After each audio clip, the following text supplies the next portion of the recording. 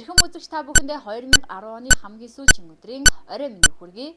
Мөрөн телевизийн уран бүтээлчдээс орой бүр бэлхэн хүргэдэг өнөөдөр мэдээллийн хөтөлбөрийн баасан гарагийн дугаар эхэлж байна. Анхаарлаа хандуулна.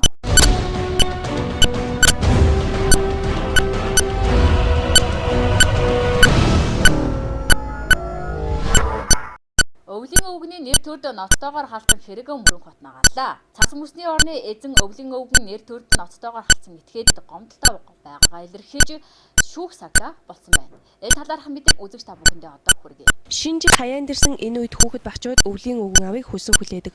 Учир нь бяцхан хүүхдүүдэд цас мөсний орноос ирсэн өвлийн өвгөн бэлэг гардуулж амттан тараадаг. Гэтэл өвлийн өвгний хуурамч цас мөсний орноос ирдэггүй. Та нарт өгч байгаа амт цас мөсний орны амттан биш, загаас авсан хужаагийн чихэр гэж цас мөсний орноос айлчлан ирдэг өвлийн өвгний нэр төрд нэр нь үл мэдэгдэх этгээд ноцтойгоор халдсан хэрэг өнөөдөр мөрөн хотно гарлаа. Цас мөсний орноос зам твийн хүүхдүүдэд бэлэг гардуулах зорилготойгоор холын холоос ядран байж хүрлцэн ирдэг өвлийн өвгөн дээрх этгээдийн үгэнд туйлаас гомдож аймгийн цагдаагийн газрын хөдөлгөөнд эрхүүлэхийг дуудаж нэр төрд халдсан хэмээн гомдол мэдүүлжээ. За өө энд юу болоод байна? Ямар асуудал болоод байна? Зам твийн хүүхдүүдтэй сайн сайхныг хүсэж өвгөө аав нь шинэ жилийн баяраар бэлэг гардуулаад явж исэн.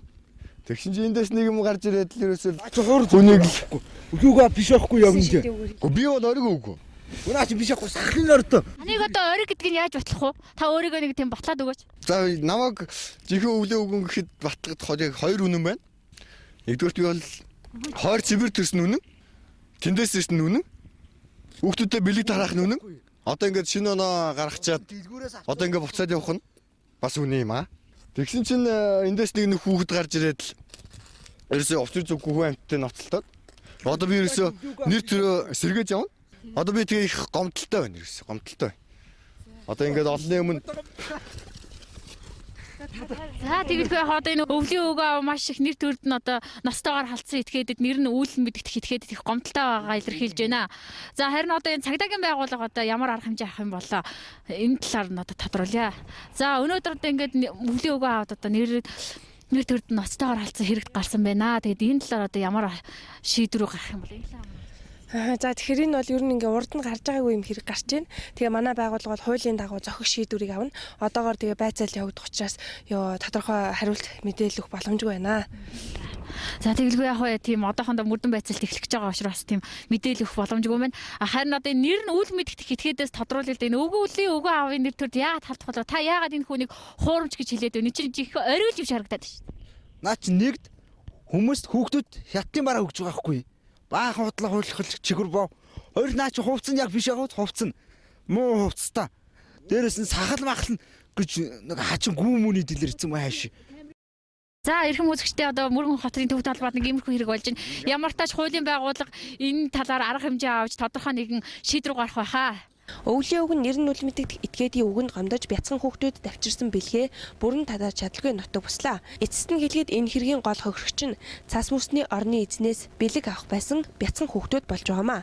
Өвлийн өвгнөөс бэлэг аваагүй үлдсэн хүүхдүүдэд бэлгийг нь нөхөн олохыг өвлийн өвгний нэр төр ноцтойгоор халдсан нэр нь үл мэдэгдэх этгээдээс хариуцлагатайгаар шаардаж байна. Эх орны гэрэлт ирээдүй болсон бяцхан хүүхдүүд хэн нэгний живжнаас унсан үгнээс болж хохирогч болох ёсгүй гэдгийг дахин хэлье.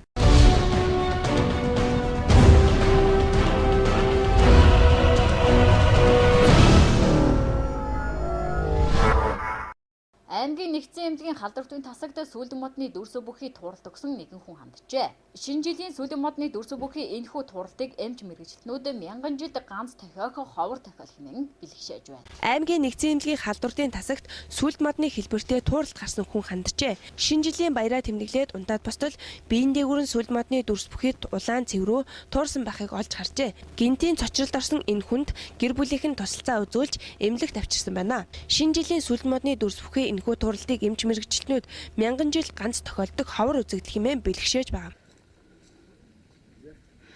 За эрхэм үзэгчдээ өнөөдөр мэдээллийн хөтөлбөрийн сурвалжлах баг аймгийн нэгдсэн эмнэлгийн халдвартын тасаг дээр ирээд байна. Энэ тэгэхээр нэг сонин мэдээлэл ирсэн байгаа. X-рулжи хийснээр болохоор одоо нэг хүүхэд хандсан байна. Тэгээд энэ болохоор 1000 жил ганц удаа тохиогддог тийм туурал гарсан байгаа гинэ. Тэгээд энэ тууралт нь болохоор их сонин учрал юм байна. Тохиолдол юм байна. Сүлд модны хэлбэртэй тийм улаан яр бэлцрүү цэврүү үсрээ туурал гарчжээ. Тэгээд ямар тач ороод үццгээе. Одоо ямар шүү мэдээ байгаа бол ямар хүүхэд байгаа. Тэгээд эмч мэрэгчлэнгүүдийг хийж байгаагаар 1000 жилд нэг удаа тохиолддог ховор тохиол гинсээ номонд оруулсан чи яах вэ гэсэн тиймэрхүү аман шуум явж байгаа юм байна. За ямар тач ороод үццгээ итгэлээ. За эрхэм үзэгчдээ өнөөдөр мэдээллийн хөтөлбөрийн сурвалжлах хэсэг аймгийн нэгдсэн эмнэлгийн халдвартын тасаг дээр хүрэлцэн ирээд байна. Тэгээд энд манад дөнгөж саяхан нэг мэдээлэл ирсэн байгаа. 1000 жил тохиолддог нэг тууралт одоо энд гарсан байгаа. Ийм тууралт өгсөн хүн одоо халдвартын тасагт хандсан байна. Тэгээд энэ тууралт нь болохоор сүлд модны хэлбэртэй гэдгээрээ бас их онцлогтой байгаа. Тэгээд энэ талаар одоо анагаах ухааны доктор, дэд профессор Эрдэнэ Чимгээс одоо тодруулъя.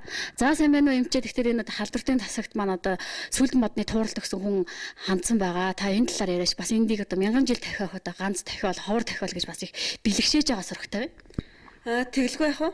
Манад одоо энэ манай энэ шинэ жилийн модтой тууралттай өвчтөн маань ирээд одоо нэг хонж байна. Тэгэд энэ эртнээс хойш энэ анх эрэхтэй нэг 10% тууралттай ирсэн. Одоо л нэг 60% болчиход энэ тууралт нь. Одоо ингээл энэ их би ингээд одоо энэ гарлуу нь ингээд өксөд гараад эхэлсэн байна. Тэгээ ингээд энэс доошоо бол 0 гарсан. Одоо ингээд эдл 30% хүртэл гарчих юм бол одоо ингээд эмчилгээ нь өөрөө ингээд аянда гайг болно. Эмчилгээ бид нар хийгдэж байгаа. За энэ өвчин нь болохоор энэ яаж гарсан бэ гэхээр энэ 2 өдөр дараа л шинэ жил тэмдэглэсэн. Эхний удаа энэ анги хамталлаараа тэмдэглэсэн. Тэгэд энэ хамгийн гол нь сүлд модонд байгаа юм баггүй юу? Эднийх юм нэг сүлд модны энэ болохоор харшлаас үүдэлтэй. Тэгээ энэ өөрөө сэтгэл санаагаар хит бас нэг мод зад бодож явсан их эмоттой юм их уусан 9 шид юм хольж идсэн. За тэр мөрнөөс болж одоо ингэж сүлд модны юм харшил гардаг юм байна. Энэ болохоор тэгэд 1000 жил нэг л тохиолддог өвчин. Их дэлгэрэнгүй биш. Тэгэд энэ өвчин бол нэг гарах юм бол бүх биеийг хамарж ижил дуусдаг өвчин баггүй юу? Энэ тууралт чинь бас ухаан санаа их өөдрөг сэргэлэн цаваа болгодог гэдэг ярьж байсан. Тэгэлгүй яах вэ? Энэ өвчнөө одоо ингээд сайн эмчлээд өөрөө сэтгэл санаагаа доктортой барьж чадах юм бол бариад эмчилгээгээ давж чадах юм бол энэ эмчилгээгээ давсан хүн бол тэр яваанаасанда ухаан санаа нь сэргэг одоо харц хунар нь бол цэрэглэн совоо хийсэн үйлдэл бүхэн зөв тэгш амьдрах тийм хүн одоо эртний тэр өвчтөнгүүдийн түүхүүдээс харахад бол амьдрал нь бол сайн сайхан явж төгссөн байдаг. Тэгэхээр энэ хүний амьдрал бол энэс цаашаа бол их сайн байх бах. Эмчилгээгээ л сайн давах хэрэгтэй. Энэ эмчилгээгээ давахгүй энэ одоо энэ тууралтын явцад бол их сэтгэл санаа их дэгэн догон болж янз бүр болдог, эмоц ихсдэг, эсвэл хит ундаг. Тэгээ сэтгэлийн юугаа тэнхээтэй тэгээд өөрийгөө сайн хянч чадах юм бол их сайн байна л да. Хэрэг хянч чадахгүй ингээд нөрнөчих юм бол энэ хүн засвар авахгүй. Их тийм дайжаагүй хүн болно л да. Хит ингээд сэтгэл санаагаа хит